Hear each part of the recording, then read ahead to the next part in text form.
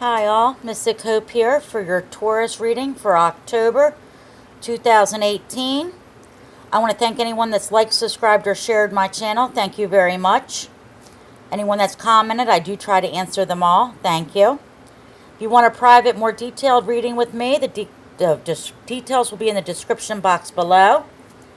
And also, if anybody is in need of encouragement, daily energies, or things on more of a daily basis, there's a lady on here named Julie Poole. Watch her videos every day. I absolutely love them. You might want to check her out.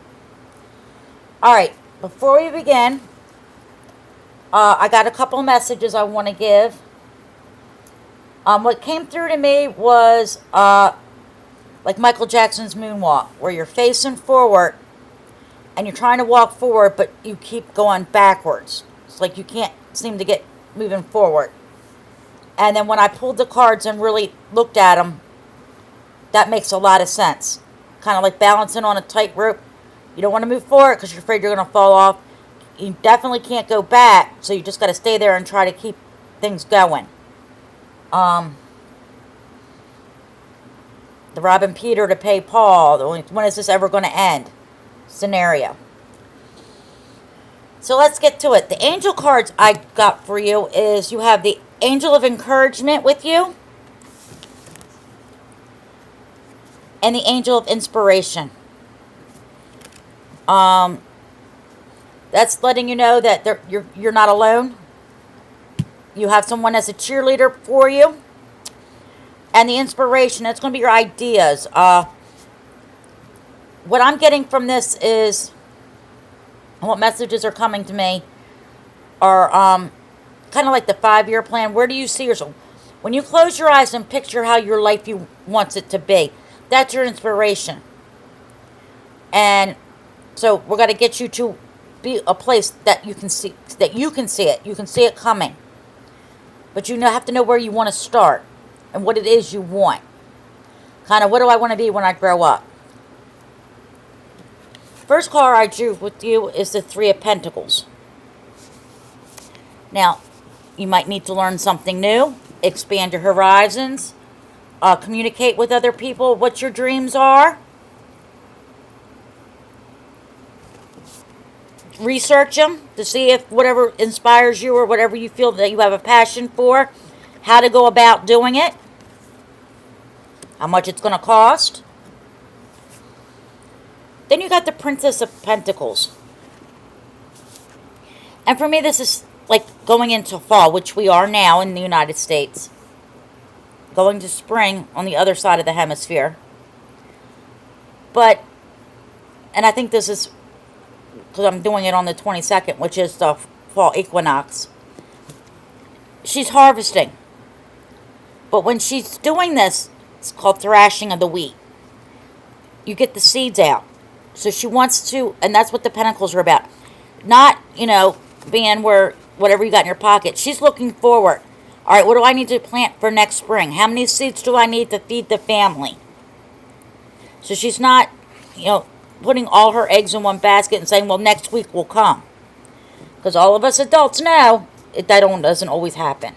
So she's looking ahead about what she needs to do to plant for next year so she can have a great fall harvest. Then you have the Prince of Pentacles. Now, the Prince is a messenger. And from what I'm getting here, a lot of you are struggling with money worries, love worries, all kinds of, this is a very worrisome. And I can see that if you feel like you're trying to go forward and you're getting pushed backwards. Welcome to my life. But you can't let it get you down because you got to keep looking forward, because eventually you'll start getting there. And that's what this Prince is about. Usually they're a messenger. Someone's going to come in and offer you a job, business opportunity, or just whoever you're talking to about your inspiration or what idea you have. They might come in with a different way to do it, a cheaper way to do it. Or how you could, just to keep that going. And then you got the Ten of Pentacles. This is the, it's going to be okay. The money's coming in.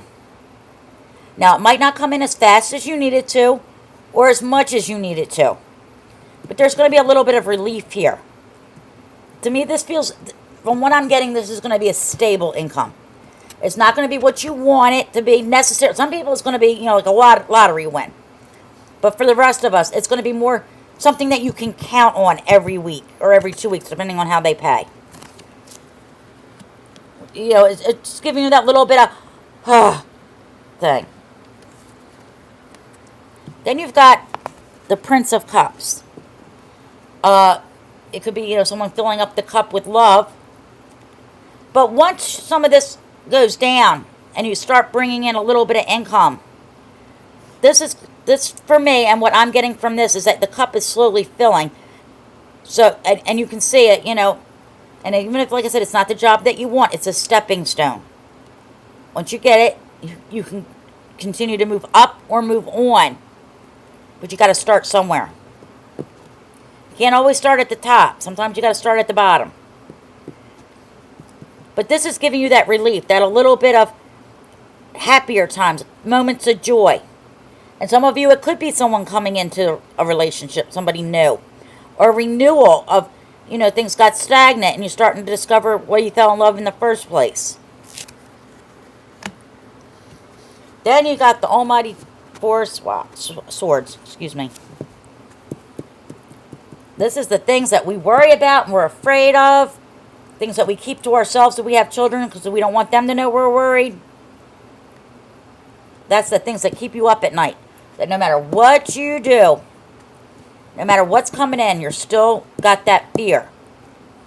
Now, this fear could come from a past relationship, could come from a past life, but I'm getting more that it's this financial burden, whatever you're carrying, that's got you really worried. But if you see here, there's that angel looking over you, or the Virgin Mother, Mary, depending on what your belief system is. It's going to be okay. You're not in this alone. And then once you realize that, you got the Ten of Wands. Your burden, he's going up. He's getting ready to put them burdens down. That's that money slowly coming in. Even a little bit. It's going to be lifting some of them burdens for you. Then you got the King of Wands. Usually this is somebody that's more mature, older. It could be you. It's just an energy. It could be male, female. It's going to point you in the right direction. Or teach you or help you with lifting some of these burdens. Maybe how to deal with them in a different, more constructive way. Some of this is just gratitude. Be grateful for what you got so more can come in. But you really need to release some of these burdens. Or you won't be able to sleep at night. You can't sleep at night. You can't take care of yourself. You can't be healthy. Especially if it's stuff with the past, because you can't go back. You can only go forward and learn from it. Then your last card is the Two of Swords. For some of you, it's a choice, and you don't know which way to go because you're blind. You can't see the future for either route. But this is more of your intuition. Trust your gut. That little voice that's telling you, yes, this is right, or no, don't do that. That intuition is going to guide you. That thing that's deep down inside you. You know, a lot of us don't like to listen to it because we felt like we've listened to it before and it steered us wrong. But it really wasn't that, because, you know, what, 6 months, 9 months later, that intuition comes back. It's like, I told you. Sometimes it's hard to even hear it because of all the clutter and all the burdens and all the worries. You can't hear it.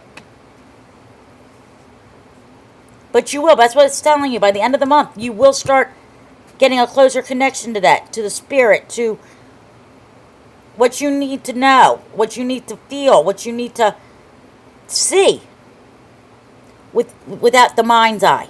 That's why it's covered. Because, you know, you can see something that's right in front of you and miss it. Your eyes can deceive you. That's why you're blind in this, because you got to go with your other instincts. Trust yourself. Another message I'm getting is some of you might need to declutter. And I'm working very strongly on that, because when I get home from work, there are days and I'm like, I'm not doing anything. And you feel like, no matter what you do or how you set yourself up, it's like you're setting yourself up to fail. And it's not that. It's because we know everything we got to do, and we set it all up that we want to get it all done in one day, and then we're tired before we start because we've already done it in our mind. So what you should do, make a goal for yourself. Like, I'm just using an example. Like, for the next 30 days, and you write down your goal. I'm going to make my bed every day.